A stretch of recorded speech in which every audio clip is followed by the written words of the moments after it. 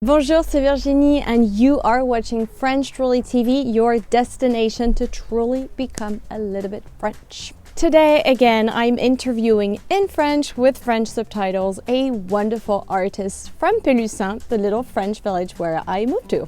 Another talented French person you'll get to meet when you join our full French immersion weeks. I'm adding the link below. You are about to meet Florence Lemoine, a glass-blowing artist whose workshop is located about 1 minute away from my home.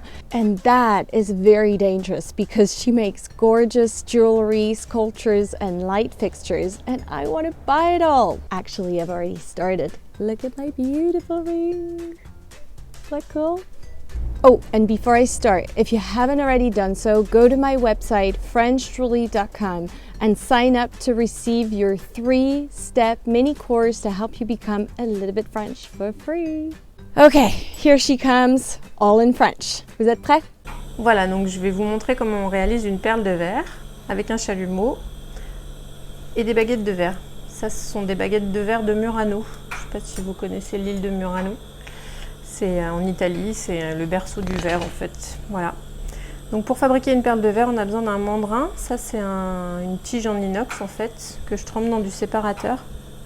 Le séparateur, ça me permettra de retirer ma perle une fois que je l'aurai réalisée. Si je fonds le verre directement sur le métal, en fait, il adhère. Voilà, donc une fois que j'ai préparé ça, je vais monter ma baguette de verre en température dans la flamme. Le verre est très sensible au choc thermique, donc je commence par très haut dans la flamme, là où c'est le moins chaud. Je l'habitue. Et je redescends doucement pour le monter en température. Et là, tout de suite, il commence à fondre. Et quand il aura atteint la bonne température, il sera aux environs de 950-1000 degrés. Donc là, il faut toujours tourner. Si j'arrête de tourner, ça coule.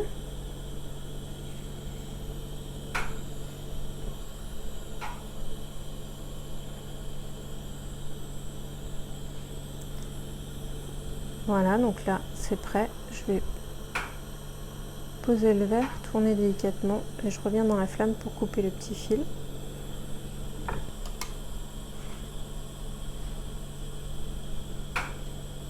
Voilà, donc là, j'ai une première perle, elle va redescendre en température, elle va reprendre sa couleur initiale. Là je l'ai fait au bout du mandrin, mais je peux la faire aussi au milieu, tout dépend du bijou qu'on a envie de réaliser en fait. Et sur cette perle là, je vais enfermer de la feuille d'argent. Donc là je vais prendre de la feuille d'argent que je vais poser délicatement sur le dessus. Et elle va s'oxyder en fait quand je l'enfermerai avec une autre baguette de verre. Et là, il faut que je réchauffe légèrement ma perle pour pas qu'elle descende trop en température. Mais il ne faut pas que je chauffe trop non plus parce que sinon l'argent va complètement disparaître parce qu'il fond plus bas que 1000 degrés. Donc là, je monte en température la deuxième couleur, on va dire. Là, pour le coup, c'est du transparent, mais...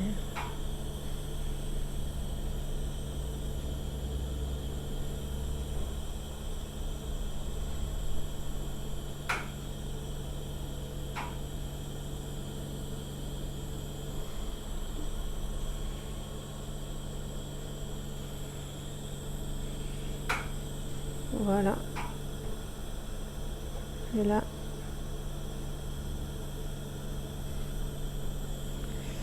je viens enfermer la feuille d'argent et je remonte le tout en température. Et avec la rotation, la régularité, la perle va redevenir ronde.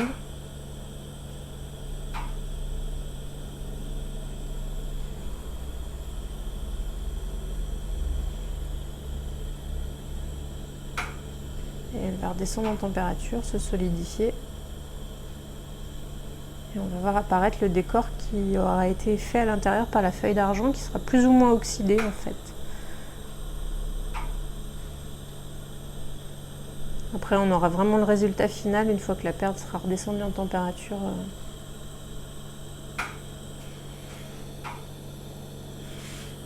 Voilà, je ne sais pas si on voit.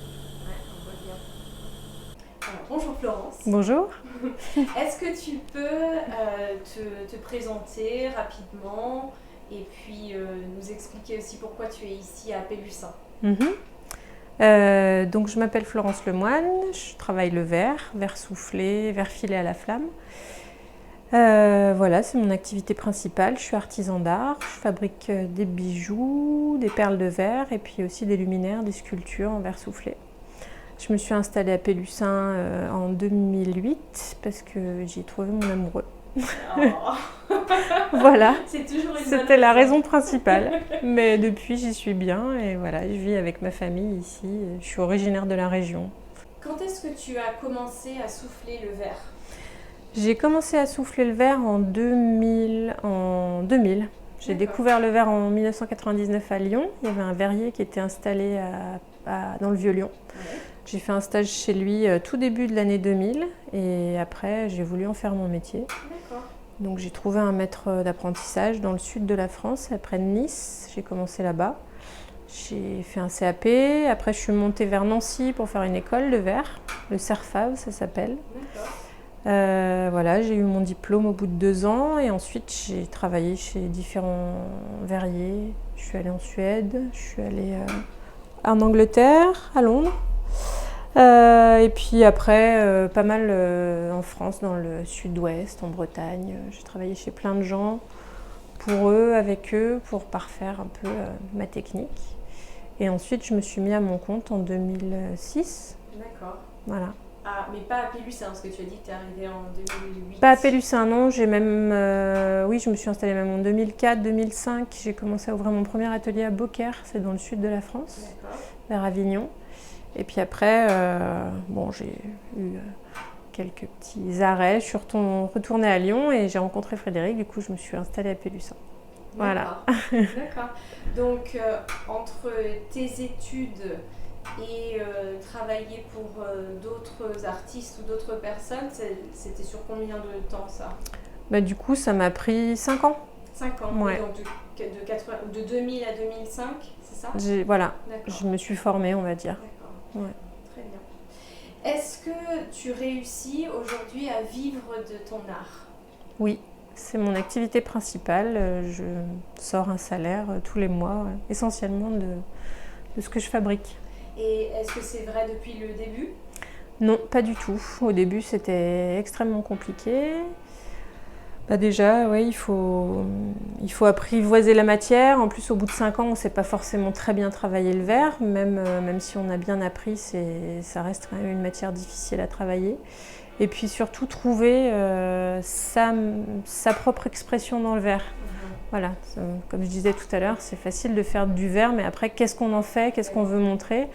Et là, ça doit faire 3-4 ans que je commence vraiment à être contente de ce que je montre aux gens et que je fais un travail qui me parle vraiment à moi et qui ne soit pas juste de la fabrication pure et dure d'objets artisanaux sans réflexion derrière. D'accord. Et depuis que j'arrive vraiment à faire un travail qui me ressemble, j'arrive mieux à le vendre. Ah bah oui. Voilà, donc ça fait, C'est intéressant ça d'ailleurs. Ouais, c'est drôle. Mais quand on n'est pas forcément... Aussi parce que tu le vends mieux. Oui, c'est ça. Ouais. Quand on n'est pas fier de son travail, je pense que ça dégage Enfin, quelque ouais. chose qui est différent. Maintenant, j'ai plus trop de complexe face à ce que je fabrique, donc ça marche mieux.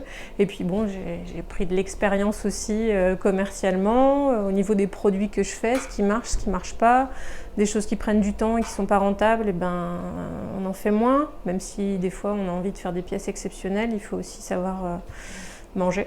Donc voilà. Comment est-ce que tu travailles et puis où est-ce que tu travailles? Alors, je travaille dans différents ateliers. Ici, j'ai un atelier où je fabrique la perle de verre et les tout petits éléments de verre au chalumeau. Donc, j'ai mon chalumeau qui est ici et tout mon établi là qui me permet d'avoir tous les outils pour finir mes pièces. Et tous les plus gros volumes en verre soufflé, je les fais près de Lyon, dans un atelier chez Vincent Brett d'ailleurs. C'est le monsieur chez qui j'ai démarré en 2000. Ah, d'accord. Qui a ouvert un gros atelier de verre soufflé près de l'Arbrel. Et j'y vais régulièrement. Là, j'y vais 2 jours la semaine prochaine pour souffler des plus grosses pièces. Je fabrique chez lui, puis après je reviens ici pour terminer mes pièces. D'accord, donc ici c'est surtout les bijoux. Ici, la fabrication des bijoux. Seulement. des bijoux et des tout petits éléments en verre qui forment mes luminaires, voilà. Des choses comme ça, des petits coraux en verre comme ça je peux le faire avec mon chalumeau. Et ça, tu vas en faire quoi par exemple? Et bien ça, en fait, c'est associé à des petites têtes qui sont en verre soufflé, celles-là que je fais pas ici. Je les associe comme ça, et en fait, ça fait des petites méduses suspendues, soit toutes seules, soit ça fait partie de luminaires plus complexes. Voilà. Super. Donc c'est comme ça que je fabrique, et où je vends mes pièces, je les vends sur des salons métiers d'art, sur des expositions artistiques. Ouais.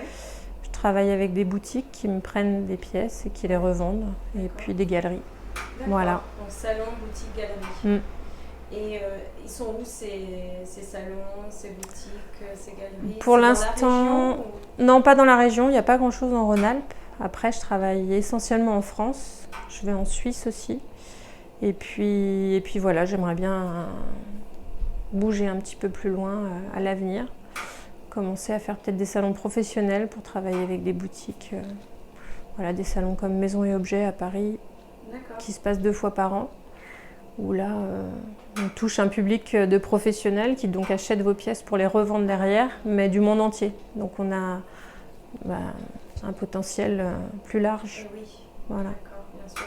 Et les salons, les expositions, tu fais ça souvent? Tu voyages souvent du coup Moi, je sors une dizaine de fois par an, je pense. Ah oui, quand même. Ouais. Mais en France, tu m'as dit en Suisse aussi? En Suisse, en France, oui. D'accord. Voilà. D'accord. Est-ce que tu, comme ton maître donc à Lyon dont tu parlais tout à l'heure, est-ce que tu donnes toi aussi des cours? Est-ce que tu as envie de faire passer ça à d'autres personnes? Oui, ça m'intéresse. Je donne des stages je propose des stages de réalisation de perles de verre. D'accord. Voilà, façonnage du verre à la flamme. Par contre, tu fais ça ici? Je fais ça ici, oui. Ouais. Donc c'est sur rendez-vous, à l'heure ou à la journée. D'accord. C'est des stages individuels. Et sinon, le verre soufflé, je fais pas parce que j'ai pas mon propre atelier, donc c'est difficile d'arriver chez quelqu'un avec un débutant, parce que quand on est débutant, on abîme les outils. Donc comme c'est pas chez moi, oui, je comprends. Je peux pas trop le faire. C'est délicat. D'accord. Voilà. D'accord, très bien. Et ma dernière question, c'est qu'est-ce qui t'inspire? Mon travail en général, il se porte essentiellement sur la nature. Ouais. Je travaille beaucoup sur le thème de la nature. Sur des sentiments aussi. Par exemple, mes bijoux, ils ont des thèmes. Il y a des perles de verre qui s'appellent Tout au fond, il y a des perles de verre qui s'appellent À l'aube ou Avant la pluie. Et voilà, j'essaie de travailler des couleurs, des harmonies ou des formes avec des ressentis que j'ai quand je me promène, quand je vois un coucher de soleil, Voilà, je travaille beaucoup autour de ça. Et ben là, on peut voir toute une gamme de bijoux que je fabrique moi-même. Donc il y a des boucles d'oreilles de formes différentes, des bagues qui sont un petit peu particulières, des pendentifs. Voilà, j'ai souvent des gammes récurrentes au niveau des formes. Il y a juste la perle de verre qui change.